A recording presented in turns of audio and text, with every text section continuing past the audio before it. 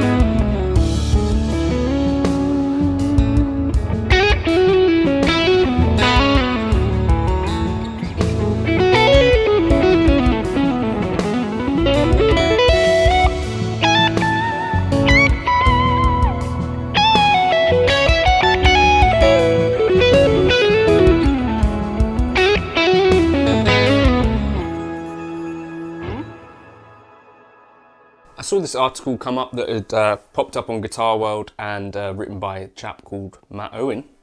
And I thought it was quite interesting, and I thought maybe it'd make a topic of discussion, given that I have a few of these guitars, and I thought that's interesting. So, the best-selling guitars of 2022 so far. I think something also to notice as we go through this list is whether it's a Tele shaped thing, a Strat shaped thing, or a Gibson shaped thing. Because I think outside of those things, I'd be surprised if there are any entries. Number 20, the PRS CE24. That's a guitar that's been around for many, many decades, I think.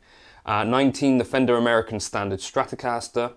18, and this is a surprise to me. So, number 18 of the best-selling guitars of 2022, the Squier Paranormal Baritone Cabronita Telecaster. That's too many words, isn't it, for the name of a guitar? But a baritone Tele, which you saw me playing in the intro. Number 17, apparently is the Fender American Standard Stratocaster again, so it's number 19 and number 17, that's handy. Number 16 is the Squier J Mascis Jazzmaster, which is a great little guitar. Number 15, the Squier Affinity Series Stratocaster. It makes sense that Squier would come up in here. 14, the Squier Classic Vibe 60s Jazzmaster. 13, the Classic Vibe 50s Telecaster. 12, this is weird to me, but I guess it must be really popular amongst a certain bunch of folks. ESP LTD EC1000, that's their like single cut, right? 11, the Gibson Les Paul Classic. 10, the PRS SE Custom 24. And then we're into the top 10 now. Number 9, the Squier Affinity Telecaster. Number 8, the Fender American Professional 2 Telecaster. Number 7, the Gibson Les Paul Standard 50s. Number 6, the Gibson Les Paul Standard 60s. Number 5, the Fender Player Telecaster. Number 4, the PRS Silver Sky John Mayer Signature. Now that's quite incredible to me because that's not a cheap guitar, but that has sold clearly incredibly well. Number 3, the Fender American Professional 2 Stratocaster. And then number 2, the Fender Player Stratocaster, so the Mexican kind of 500 to 600 pound guitar. I guess that's quite a big seller amongst students to, you know, intermediate guitarists, all sorts of folks, presumably. And then weirdly, I guess not weirdly, this must have been a roaring success. Number 1 is the PRS Silver Sky SE. Now, I recently bought one of these again. You can see on my channel there's a few kind of videos about this guitar. Initially in the UK it was priced, I think, a little bit too highly, and I think that kind of did turn me off it a little bit, and I thought, you know, for £900 you could get quite a lot of guitar elsewhere. But now in the UK, well, last week, there were a couple of retailers selling them for like 600 this colour, so I thought for that price that's quite an incredible instrument. But really interesting, because I guess this is sort of that, has some of the elements that could make it a popular guitar, in that it's kind of cheaper because it's coming from Indonesia. Second of all, it's related to a still popular guitarist, John Mayer. Leave a comment below if you're a massive fan. And then also, you know, it turns out to be a pretty good guitar. I really like the specs on it, like the neck particularly is super comfortable. Now, odd, I think, that a baritone comes in on that list, but also it was interesting to me to see the best-selling new releases. Now, the PRS Silver Sky SE still comes up in the best new releases, best-selling. Then there's another baritone guitar that comes up at number 2, the Squier Classic Vibe Baritone Custom Telecaster. Number 3 is the Player Plus Meteora HH.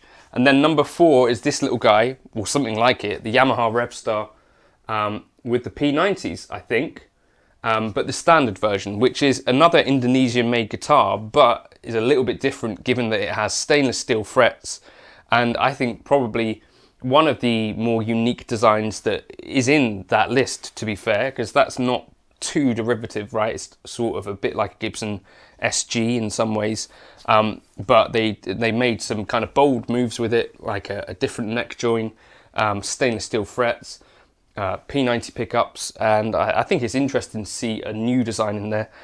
Equally, the PRS Silver Sky SE, although it kind of is derivative of a Strat, it is, I think, mostly completely new bits and pieces, like the tuning pegs, the bridge, the knobs, all that stuff. Almost every part of it, if you read the interviews about it, is kind of a uniquely made part for the PRS Silver Sky SE, which is interesting as well. Or I think it is, at least. What else is in this list that is interesting? The Ibanez Tim Henson Signature, because that only just came out. The Fender George Harrison Rocky Stratocaster. The other Revstar. The Gibson Adam Jones Signature Les Paul Standard / Epiphone Limited Edition, 58 Carina Flying V. Fender JV Modified 60s Custom Telecaster, and then we're down to number 10, Guild Surfliner. Number 11, the Squier 40th Anniversary Gold Edition Jazzmaster. 12, the Fender 60th Anniversary Jaguar. 13, the Gibson Custom Shop Theodore Epiphone Jerry Cantrell Wino Les Paul Custom. 14, the Squier 40th Anniversary Gold Edition Strat. 15, the Fender Player Plus Active Meteora Bass. How's a bass got in this list? Number 16, the Fender JV Modified 60 Strat. Number 17, the Fender 16th Anniversary Ultra Lux Jaguar. 18, we finally get an Ibanez in the list, an Ibanez, but it's the sort of lower end of the market, I think, the GRG 220PA. 19, the Charvel Jake E. Lee Pro Mod SoCal Style 1. And then 20, the Gibson Les Paul Standard Limited 4-album Squier 40th Anniversary Gold Edition Jazz Bass. So I was sort of expecting to see a little bit more Ibanez on that list, if I'm totally honest. From what I see of these guitars online, the Ibanez AZ seems to be one of those things that you see all over the place. So I'm a little bit surprised that that's not on the list. I am a little bit surprised that the Revstar is on the list, but I'm kind of quite happy with it because I think it is a really cool guitar, stainless frets.